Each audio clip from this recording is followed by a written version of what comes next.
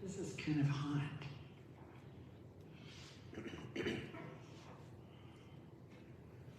I'm really happy to be here. If we can turn it down here, that'd be good. Although, it's really good practice to whisper. It's not something I always remember to do. In fact, I have a good friend, I was thinking about him this morning, a minister in Encinitas, and they have the same kind of amazing opening service there that we had this morning here. It was so beautiful, and it was so calm and centering and peaceful. And then Christian flies onto the stage, and he's just like Mr. Enthusiasm, and he says, "Good morning."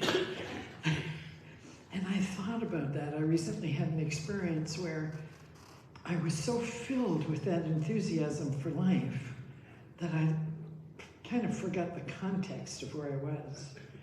And that was really not what was called for.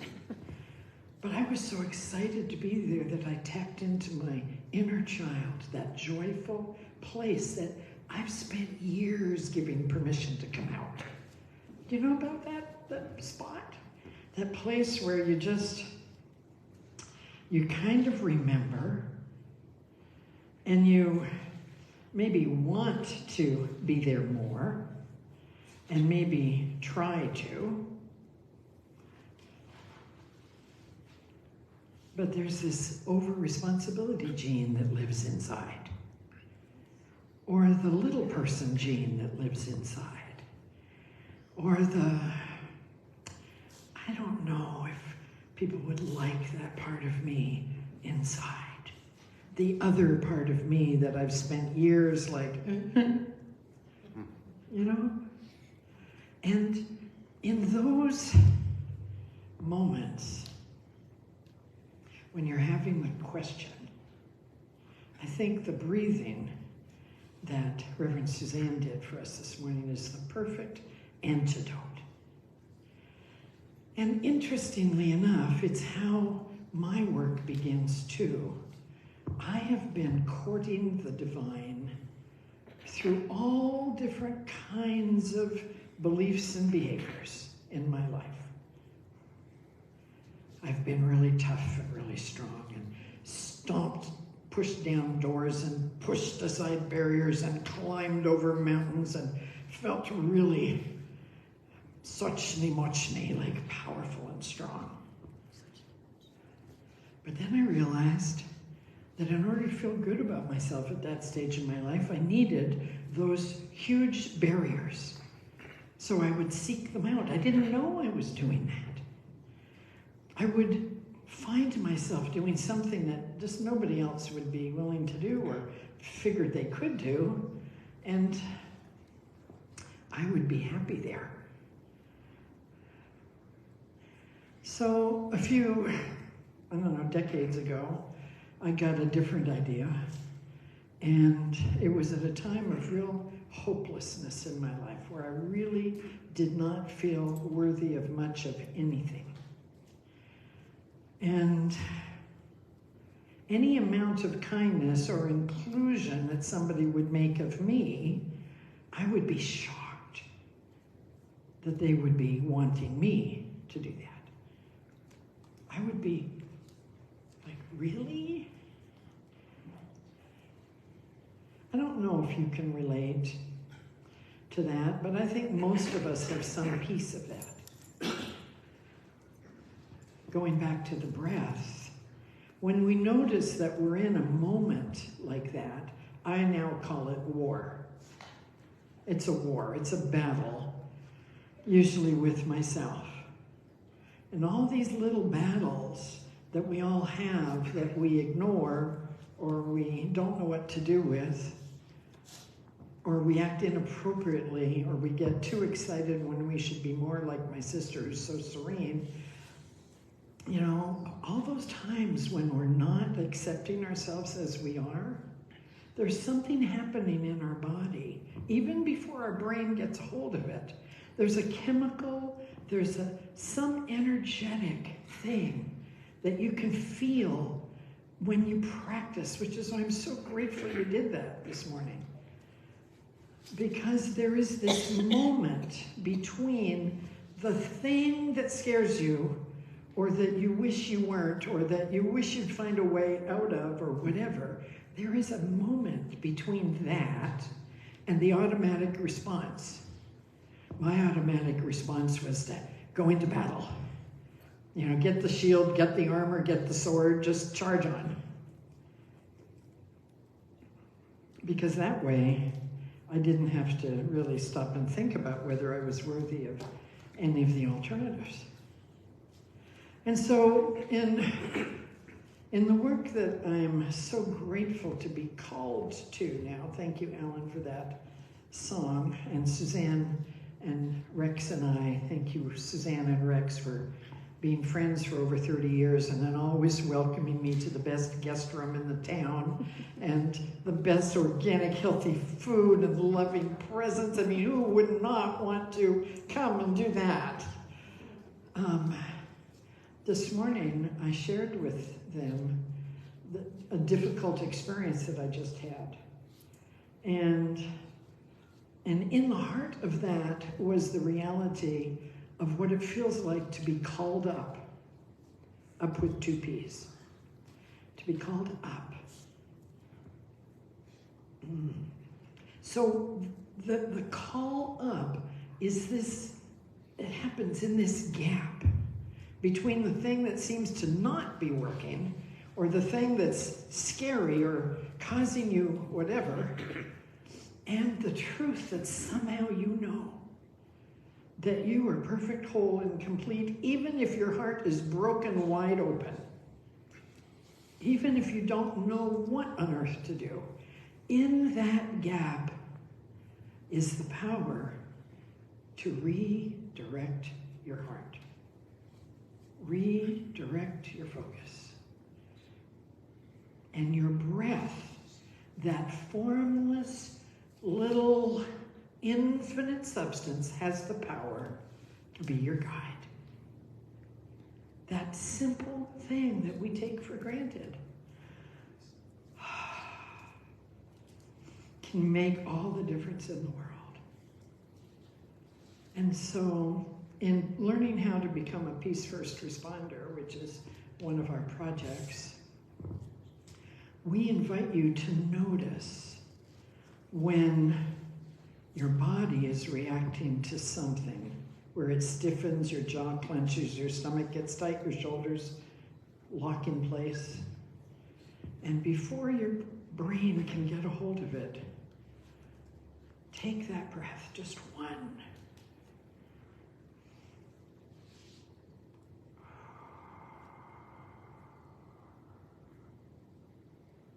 And one breath is enough to say to your body, I'm listening. You've got my attention. I'm turning up my listening. And this morning, I just love the invitation to have it be a turning point. Because that is a physical experience. So it's perfectly aligned with the breath. But did you notice how powerful it was? Did you feel the breath actually turning? Did you see someplace in you open and redirect it? I did. And I decided that on Wednesday, when I'm stepping in for Reverend Mary at Golden Gate, where Rex and Suzanne and I met, I'm doing her meditation. I'm going to ask Suzanne to help me prepare that with me. And I decided I would talk to you about being called up. So there's 1,000 things I would love to share with you, because life is so infinitely fertile. All of our lives, with all of the mountains and all of the broken hearts and all of the unknowns, all of that. In all of that is the call that's going,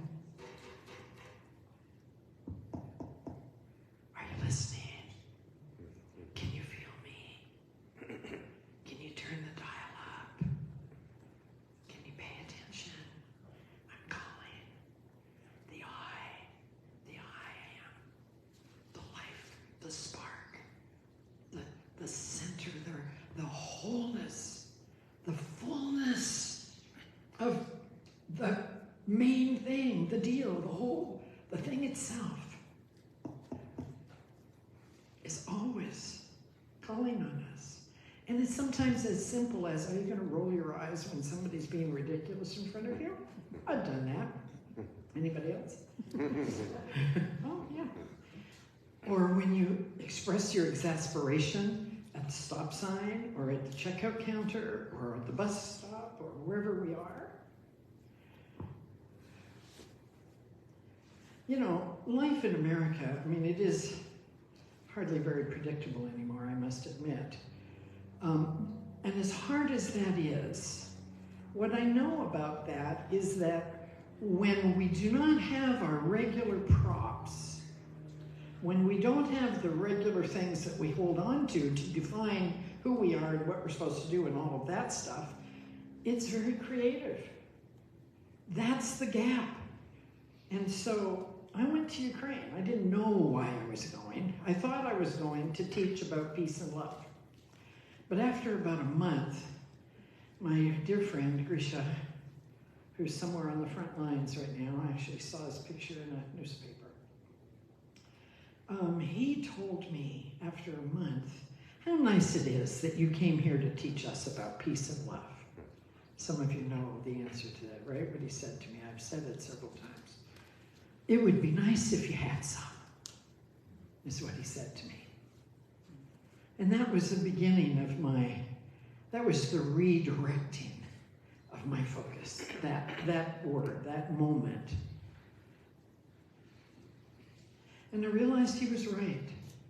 I realized that I knew a lot of the theory and the structure and the way to give the lessons and all of that. I knew those things. But I had not learned how to embody them or become them. And so the title is In the Face of War Be Peace.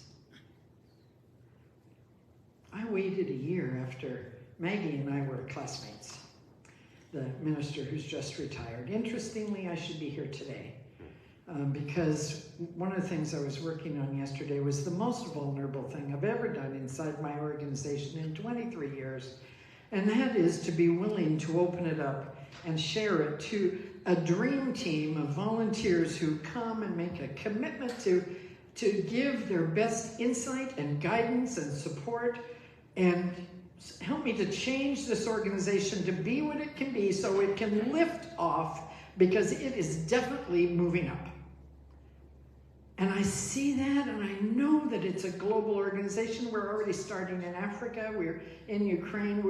We can go anywhere. We have the products. We have the program. We have the willingness. We have but there's a lot of things we don't have, but we have enough if we have the courage to let it become what it needs to be like in order to do that. And so on that list of things that I articulated yesterday in my form, as I was putting this call out into a very fertile field of very dynamic, wonderfully engaged in the world people.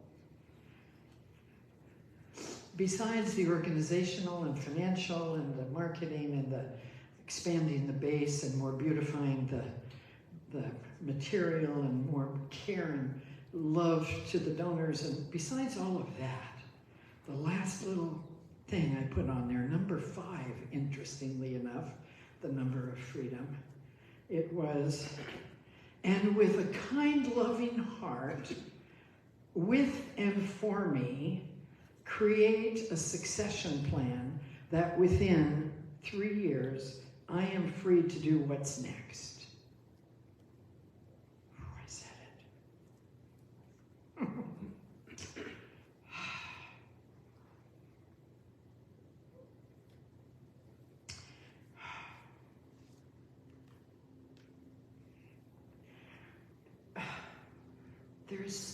There is no measurement for how powerful peace is. None.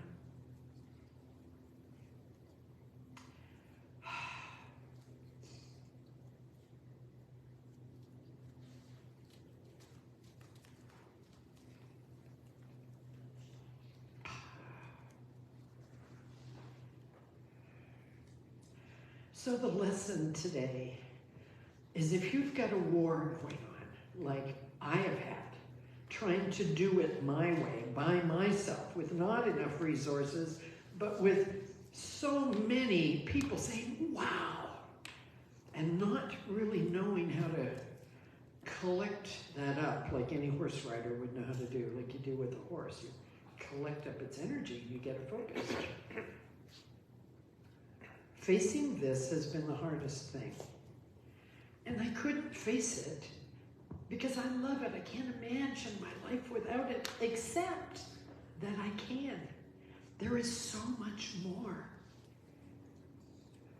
So no matter what war you're fighting, you can stop and you can breathe, this four-way breathe, so that you see that there is such a relationship to the thing that scares you, which is really what holds your treasure. Joseph Campbell said that.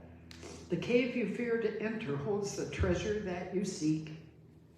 This is the cave I fear to enter, to let go of my way.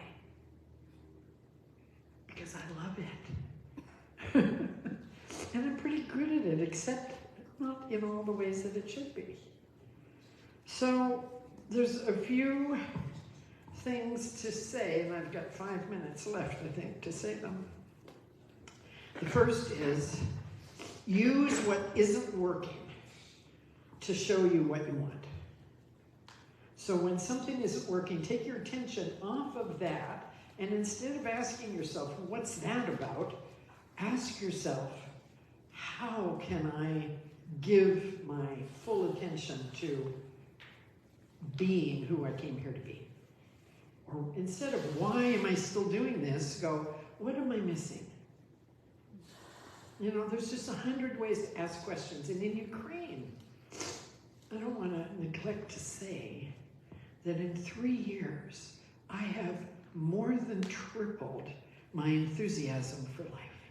I have more than tripled my commitment to peace. I have more than tripled the possibilities that I see. It's not because I'm getting tired or because I don't like what I'm doing that I know that I need to widen the circle so that it can be more effective. And that I'm risking everything, including my position in it, to have it work. Because that's more important than me getting what I want. But I have to know what I want.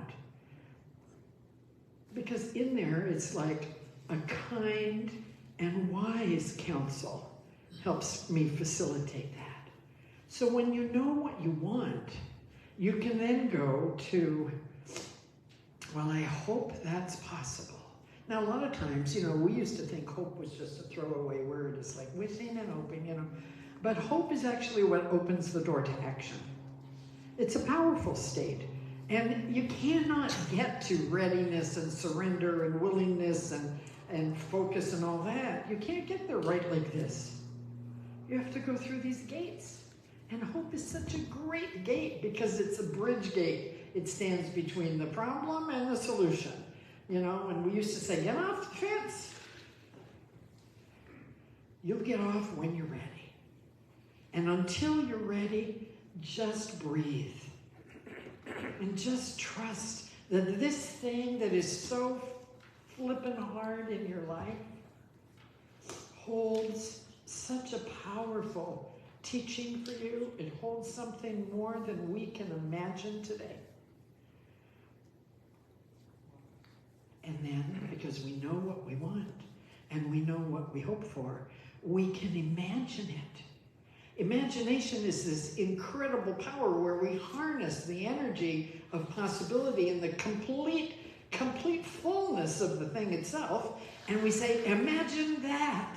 Imagine that I can still, you know, play with these kids that I love in Ukraine, and imagine that I will keep being involved in this organization in some wondrous new way, and imagine that we keep tripling our numbers. We went from 2,000 students in the fall, 2,000 in a time of war, 2,000 kids, and 98 teachers and 44 schools, to 6,000 kids. and 198 teachers and 55 schools in the semester that just finished. In a time of war. Now that would not have happened if I had made a business plan and set goals on it. It just would not have. I had to surrender what I thought I knew, risk everything, risk falling on my face, being ridiculed, not having any money to do anything and it not working, in order to trust and let go of all the things that were supposed to happen and just do what needed to be done. Because the team was all living in Switzerland and Germany and France and Japan. They all had to keep going. So we had to create it out of thin air. It's been a hard 6 months. But the upshot is that I am called up in a new way that I've never been before. And that when I was filling out this application yesterday for a mission where I have been encouraged by a group of these wonderful, bright people as they are encouraging themselves to make a mission for starting something right now that is so important to who you are and what you believe about this world of possibility, this reality of peace on earth, so that we can stop having wars. That'll only happen when we have peace. You know, it's not going to happen by fighting it. And even though I know that, I still buy helmets for soldiers that I know that don't have them, or boots with steel toes, or uniforms. We still supply money and food and all kinds of things. And we are serving refugees, and we're turning our property into a healing center. And none of that would be needed if there wasn't a war. But I'm not looking at the war, I'm looking at what's possible. So Ernest Holmes always said, treat and tie up your horse. You know, so we treat for peace. We don't treat for ending the war. We treat for the expansion of the consciousness of peace in our hearts. And that is what creates the possibility of it in the world. The Dalai Lama recently said, I don't get it, you know, why people haven't started solving their problems differently. War is obsolete. Don't you see it? It only hurts everybody. Nobody wins. So after wanting and hoping, imagine the world that you think might be impossible, but it isn't. No matter what, it isn't impossible. It's always been possible. And it's right there in us. And our breath will guide us. And then the next step is prepare for it. Be the place that peace is welcome. It's like you can't want love and then be Scrooge all the time. You know, you can't want to be abundant and then get mad that you have to pay your bills. You have to get into integrity with all that stuff. You have to love those awfully challenging moments because they are guiding you to get into the canoe of your life and follow the flow of the river that leads to the ocean where everything is possible. So you have to prepare. And whatever that means to you, it's yours. For me, it's recognizing that I'm called up now to a new level. And what I'm doing is I'm telling people that we're creating a new team. And it's called Called Up by Peace. And it could be any number of people. And at the core, there's 5 to 7 people that make a commitment for 6 to 12 months to learn how to be radically collaborative and to bring in the collaboration we have with the infinite that says, it's all here, you've got it all, just go for it. And the voice inside you that says, I'm not enough. Or the voice inside me that says, but what if they take it away? Or what if they want me to do something I don't want to do? And how do we have to put ourselves on the front line? This is our front line. And in Ukraine, and I'll end with this, in Ukraine, these students, this semester, I told them that they were all master gardeners, and it was their job to discover what that meant. And I gave them the metaphors and the tools to look at how to garden and to imagine that that's what we do on the inside. My mind is a garden, my thoughts are the seeds. I can plant flowers or I can plant weeds. And everybody can understand that. And if you've caught that, then when life pushes on you, remember, take a breath, turn it, let it fill you, and take everything that you don't want anymore out with it. And then take another and bring in all of the light and the goodness and the love and the support and the joy that you yearn for. And imagine that your breath brings it to you. And then surrender in trust to this. The main thing is to have the main thing be the main thing.